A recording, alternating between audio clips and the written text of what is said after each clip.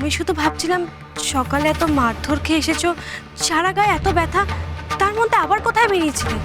কি এমন কাজ ছিল? তোমাকে তো নিয়ে আমি আর পাচ্ছি না। আবার প্রশ্ন? তুমি কিন্তু অকারণেই রেগে যাচ্ছ। কারণটা জানতে পারি কি? কি কারণে এত রাগ? না, জানতে পারো না। আমি কেন রেগে গেছি সেটা আমি তোমাকে বলবো না। একটা কথা বলো তো, ঘরে নক না করে তুমি কেন এসছো?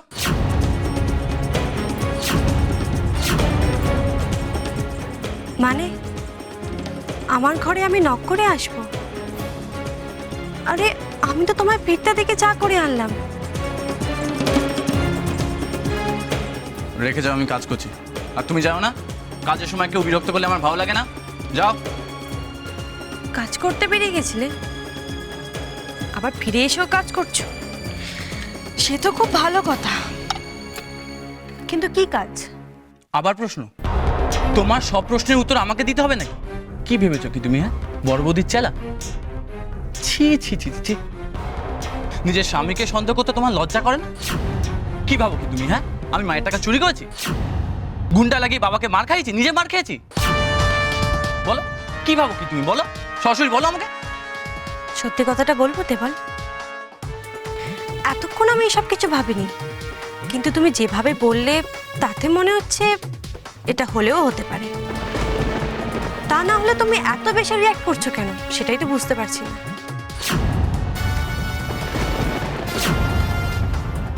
মা, তুমি ওষুধ খাই দিয়েছো তো? ব্যথা 2-1 দিনের মধ্যে কমে যাবে। আর ছড়া জায়গাগুলো তেমন কিছু মারাত্মক নয়, ওটাও কমে যাবে। তুমি চিন্তা করো না। চিন্তা করো না বললে কি আর চিন্তা না করে বসে থাকা যায় রে বাপ? কি থেকে কি হয়ে গেল?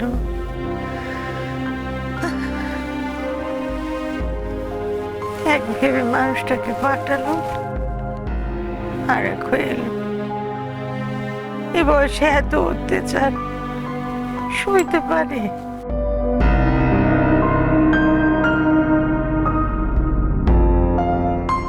মা, কেন তুমি বাবাকে গয়না বিক্রি করতে পাঠালে? অতগুলো গয়না সব তুমি বিক্রি করে দিলে? টাকাগুলো যদি ছিনতাই না হতো তাহলে তো অনেক টাকাই পাওয়া যেত। 3 লাখ টাকা। হঠাৎ করে এতগুলো টাকা কেন দরকার হলো মা?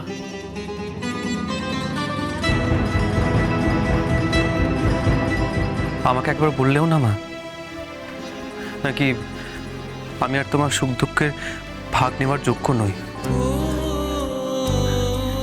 নিশ্চিত তুই কি করে এই কথাটা বলতে পারলি রে বাপ? তুই আমার সুখ দুঃখে যোগ্য নস, এটা মুখে আনতে পারলি? তাহলে আমাকে বলো না মা, এতগুলো টাকা কেন দরকার হলো? কেন বলছো না?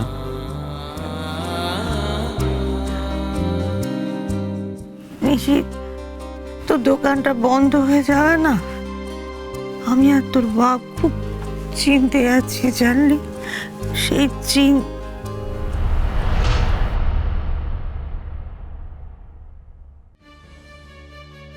বড়দাকে এখন না বললেই মনে হয় ভালো।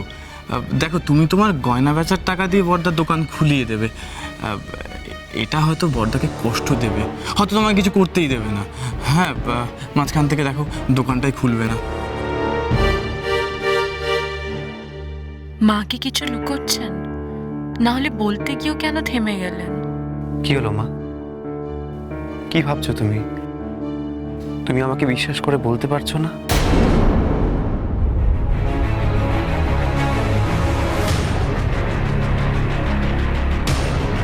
এই শোনো, আমার বাবা মা আমাকে বিশ্বাস করে, এটাই আমার কাছে ঠিক। তোমার বিশ্বাসের দরকার নেই। তুমি কি বললে না বললে সেটা শোনারও আমার দরকার নেই, বুঝলে? অনেকক্ষণ ধরে তোমার এই তেরা প্যাকা কথা শুনে যাচ্ছে। কি ভেবেছো কি? হ্যাঁ, আমি বড়দা? তোমার যা ইচ্ছে করবে, যা ইচ্ছে বলবে, আমি মুখ বুঝে মেনে নেবো? ছাড়ো দেবল, লাগছে, চাটা খেয়ে নাও।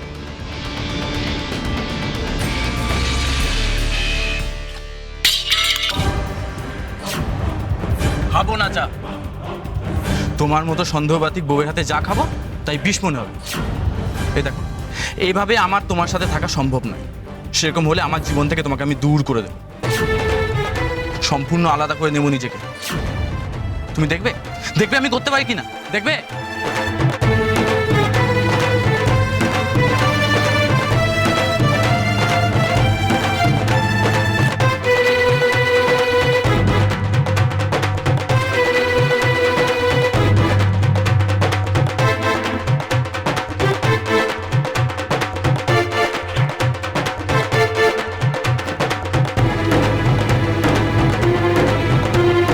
আর একটা কথা শুনে রাখো, এখন থেকে তোমার আর আমার জায়গা কিন্তু আলাদা। একদম আমার জিনিস ঘাটবার চেষ্টা করবে না। আগে শুধু সন্দেহ ছিল, কিন্তু এখন আমি নিশ্চিত তুমি নিশ্চয়ই কোনো একটা অন্যায় করেছো, যার জন্য এত রাগারাগি, এত লুকোচুরি করছো। প্রত্যেকটা রাগের পিছনে একটা ভয় থাকে দেবল, আর সেটাই তোমার সাথে হয়েছে। কিন্তু কোনো লাভ হবে না দেবল, এতেও তুমি বাঁচবে না। মিথ্যে বেশি দিন লুকিয়ে থাকে না, একদিন না একদিন সেটা ঠিক ধরা পড়বে। আর সেদিন মনে করে দেখো, স্ত্রী হিসাবে আমি তোমাকে সাবধান করেছিলাম কিনা।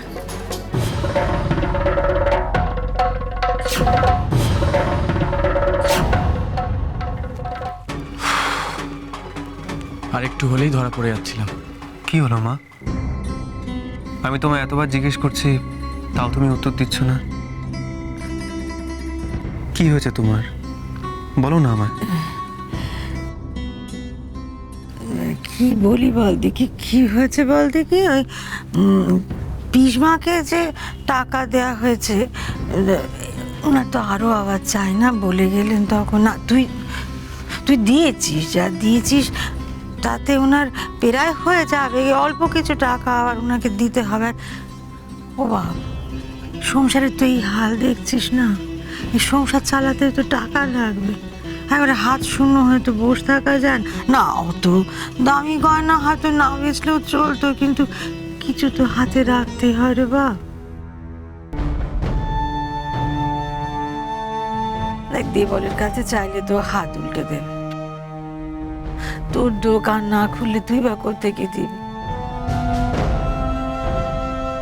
তাই আমি ভাবছিলাম যে আমি একটু কিছু জোগাড় করে রাখলুম না। আমি বুঝতে পারছি মা, আমার দোকান বন্ধ হয়ে গেছে বলে আমি তোমাদের সবকিছু ধ্বংস করে দিচ্ছি। এই লজ্জা থেকে যে আমি কি করে বেরোবো?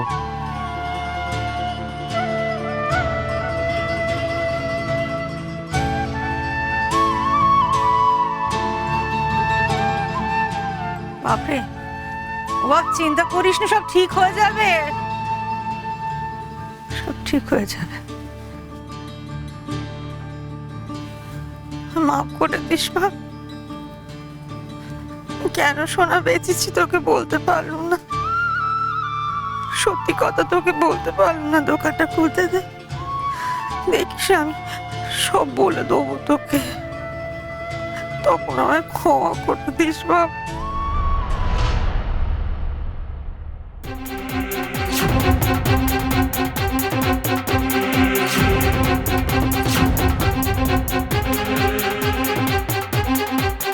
সর্বনাশ, বড় মা কিছু শুনলো কি?